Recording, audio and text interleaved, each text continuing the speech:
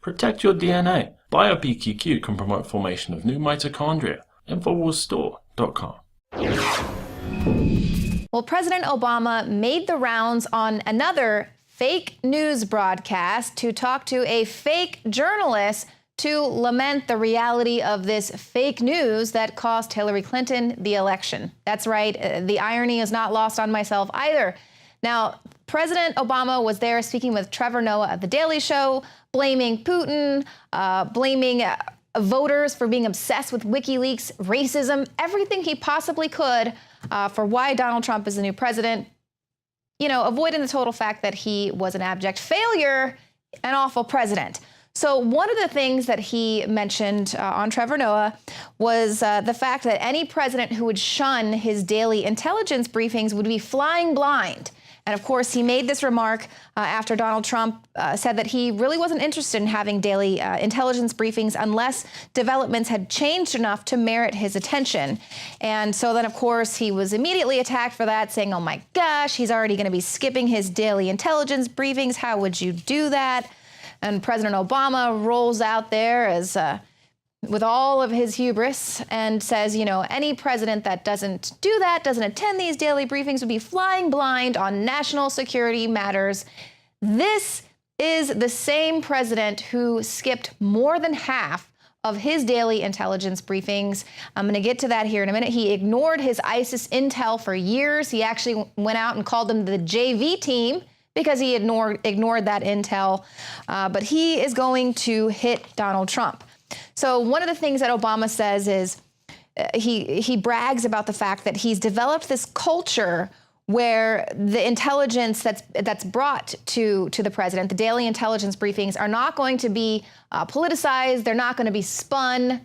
He's created this culture where he's very proud of the fact that over the course of the 8 years, the message that he sent to every intelligence agency is, I want it straight, without spin, and I think we've developed a culture that does that. He just wants to hammer away at the basic principle that intelligence shall not be subject to political spin. Now, it's been 8 years with President Obama, so we know that pretty much whatever comes out of his mouth is a lie, and he means the exact opposite.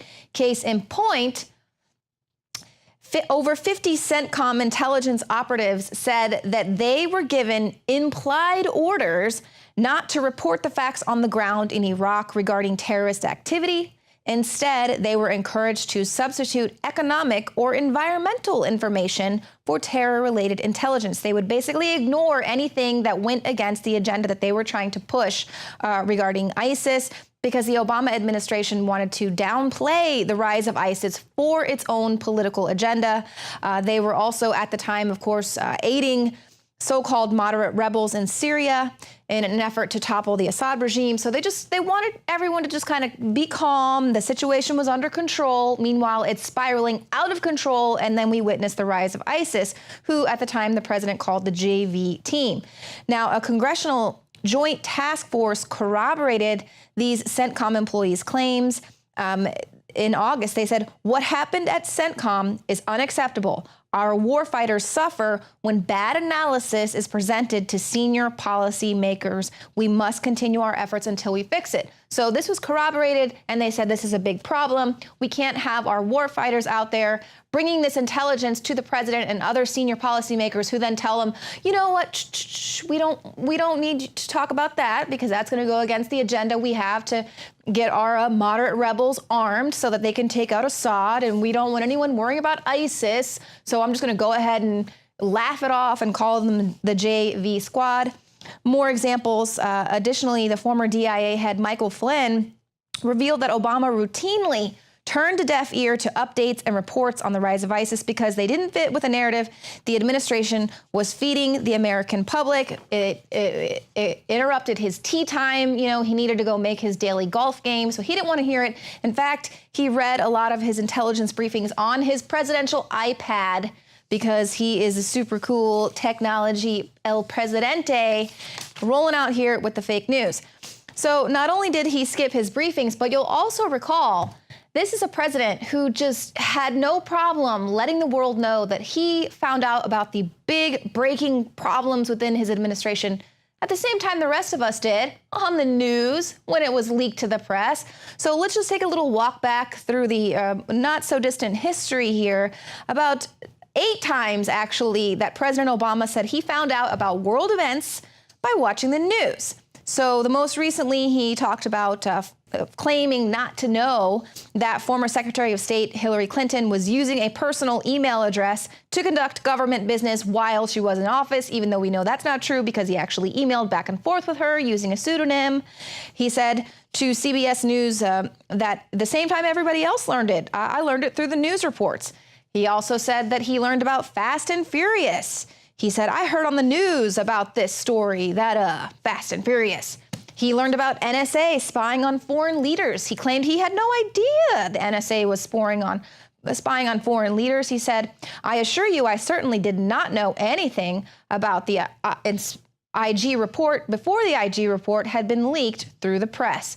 They refused to answer questions about when the president was finally briefed on the General David Petraeus sex scandal. Of course, that broke in the media before they were able to address that. The IRS's targeting of conservative groups. He told the media in 2013 that he learned about the IRS's improper targeting from the same news reports that I think most people learned about this. I think it was on a Friday. Yeah, he got that specific, that's how much he did not know about the IRS targeting his opponents. They were targeting conservative groups to help him get elected as president, but he had no idea. He just like, Hillary Clinton had no idea that the DNC and the media were all in cahoots to get her elected, even though they were passing her the debate questions in advance and things like that. But they have no idea what these government agencies are doing to help them get elected. No, we just need to worry about Putin and other foreign governments trying to get Donald Trump elected. Yeah, right. So then he also learned about the Justice Department's wiretapping of AP and Fox News reporters. Of course, this additionally was something that would help him as the president, but he didn't know. He said he found out about that from the news reports yesterday on the road. The Department of Veterans Affairs healthcare waiting list scandal. Then Press Secretary Jay Carney told reporters, we learned about them through the reports. And I'll double check if that's not the case, but that's when we learned about them. They heard it in the news. And then, of course, there was an unauthorized Air Force One photo op. New York City residents were panicked because the plane was flying near the Statue of Liberty for a pre-scheduled photo op. But Obama said it was something that we found out about along with all of you. So here's the president. He doesn't even know what's going on within his own administration, but he is going to admonish President-elect Donald Trump, who says he himself doesn't want these daily intelligence briefings unless they're going to bring him something new. So he's just following in the footsteps of his predecessor. But then something else really huge that Obama said with his visit there with the fake news journalist at the fake news show, The Daily Show with Trevor Noah. As I mentioned, he was blaming this election, blaming voters who were obsessed over WikiLeaks because you'll recall, he said, the media was focused on the hacked DNC emails in the run-up to election. That's what cost this election. You'll recall CNN told everyone they're not even allowed to look at the WikiLeaks. It's illegal. Only CNN is allowed to look at these leaked WikiLeaks emails. And they just told everyone to ignore them because without any evidence or providing any proof, they said that these emails had been doctored, so everyone just ignore them. But the president has the audacity to blame the media for focusing on the DNC emails and said it's voters' problem because they were obsessed over it. So it's totally ridiculous. But then he says, I don't even know why they were obsessed because there was nothing explosive in them. It was fairly routine stuff. Fairly routine stuff.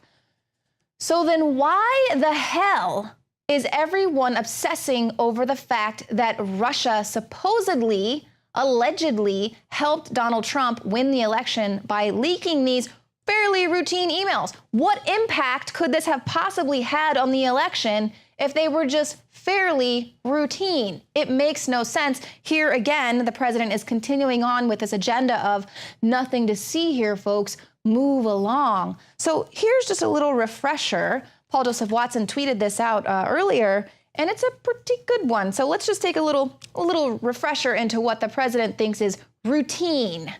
So we saw DNC chairman Debbie Wasserman Schultz caught red-handed trying to ensure Hillary Clinton beat Bernie Sanders. This resulted in her resignation from the DNC. Democrats plan to use Sanders' religion against him, hoping that Kentucky and West Virginia voters would oppose him based on his Jewish heritage. The Clinton camp mocked Catholic conservatives, suggesting they pretend to be Catholic so they could win voters. CNN's Donna Brazile exposed leaking questions to Hillary Clinton in advance of the town hall. Politico's Glenn Thrush was caught sending articles to the Clinton campaign before publication, offering them a chance to edit his copy. Now, mind you, he's been promoted. He's not working at Politico anymore. He is now working with the New York Times, fake news. So him being a hack, he was rewarded heavily for that.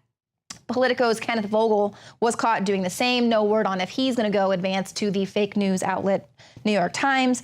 CNBC's John Harwood was caught asking John Podesta for an interview with Hillary, promising, he wouldn't ask her any tough questions. One DNC staffer said it was effing stupid Obama wasn't spending more time helping them raise money. DNC staffers treated their donors with repeated disrespect, sometimes referring to them as clowns. The DNC was caught violating FEC donation limits to non-multi-candidate PACs. Other emails found DNC staffers mocking Hispanics, gays, and Republicans. You'll remember they had the Taco Bowl Tuesdays. And perhaps most damning, one showed the DNC panicking after Obama claimed in an interview not to have known about Hillary's secret server because all parties were apparently aware this was untrue. And like I mentioned earlier, Obama was caught emailing with her. Huma Abedin said, wait a minute, this is the president I'm emailing with? This is your secret code name? Shouldn't this be classified? Shouldn't that be top secret? So of course he knew about this, but you know what? He found out about it just same time as us folks on the news at the same time with the stories when he turned on his programs. So it's a total confusion there. In fact, White House spokesman Josh Earnest got confused during his daily briefing today. He mistakenly said China had actually hacked. They were behind this election-related hacking. He went on to say, I have very high confidence assessment that China was engaged in malicious cyber activity to destabilize our political system. Like, how difficult is it for them to hold this lie in their head? It's very, very difficult to tell a lie. It's easy to tell the truth. This is how difficult it is for them to continue parading around this lie that they have absolutely no proof of, that he mistakenly says China. So, what's going on? Do we have two foreign governments meddling in our presidential election or none, or what's going on? And that's exactly what everybody else is saying. So now we have the chairman of the House Intelligence Committee writing a letter to the director of national intelligence, James Clapper, saying, what the heck is going on? Just 3 weeks ago, we were given this report by the CIA that said they didn't have any intelligence to back it up. They said they lacked good insight about the connection between Russian hacking of Democratic emails and their release by WikiLeaks. They really didn't know. They lacked strong evidence. But on Friday, the Washington Post reported that a secret CIA assessment had concluded that Russia had interfered in the race to boost Trump, although the agency did not have specific intelligence showing Kremlin involvement. So now, 3 weeks later, everything has completely changed. What the heck happened? And these are sentiments exactly that are also being echoed by the top U.S. spy agency, the ODNI, which is ahead of all of these 17 intelligence agencies you keep hearing about. They say that they're not embracing the CIA's assessment on Russia hacking. So they're having confusion within their own agencies. So this is the overseers of the U.S. intelligence community. They said they have not embraced a CIA assessment that Russian cyber attacks were aimed at helping Republican President-elect Donald Trump win the 2016 election. And the reason why they haven't endorsed their assessment is because of a lack of conclusive evidence. So again, no conclusive evidence, but it's this secret CIA assessment, and all of the fake news outlets out there are just running with it. Now, in about the last minute and a half, I wanted to get to this next story because we've continually been called conspiracy theorists about this. Anyone who has a problem with geoengineering, looking up in the sky, you see it with your own eyes. They're telling you it doesn't exist and that it's fake news. Well, now, coming out of Bloomberg, scientists want to give the atmosphere an antacid to relieve climate change. And why? Why are they doing this? They say geoengineering may have just gotten a bit safer. So geoengineering doesn't exist, but scientists are now doing it in a safer way. See how tricky that is right there? So one of the approaches to this geoengineering that doesn't exist is that they say the Earth, they mimic the natural atmospheric cooling effect that tends to follow the massive dispersion of sulfur dioxide into the air during a volcanic eruption. So they want to mimic that natural phenomenon, but of course that might be dangerous because it's unclear what nation or international body would be authorized to release this sulfur dioxide. And also, it's a pollutant which could cause acid rain, could eat away at the ozone layer, and that protects living things from UV light and warm the lower stratosphere. They also talk about another proposed solution, an aerosol of calcium carbonate, which would have a similar cooling effect as sulfur dioxide in the upper atmosphere, help protect the ozone layer. As a bonus, it's akin to giving the atmosphere a handful of antacid tablets. So there you go. Geoengineering doesn't exist, but science is working on a better way.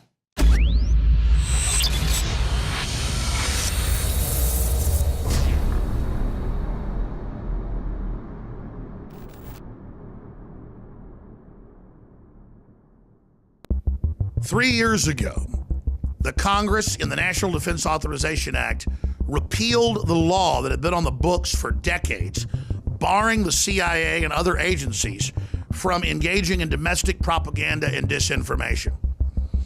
Over the weekend, they passed the Countering Disinformation and Propaganda Act that funds $160+ million to this new organization that will, quote, discover and counter with its own disinformation alternative media that they dub fake news. At the very same time, we see mainstream media claiming that Trump, myself, Tucker Carlson, you name it, are Russian agents, and that the American people really wanted Hillary Clinton, but the Russians somehow hacked in, and that's why Trump won.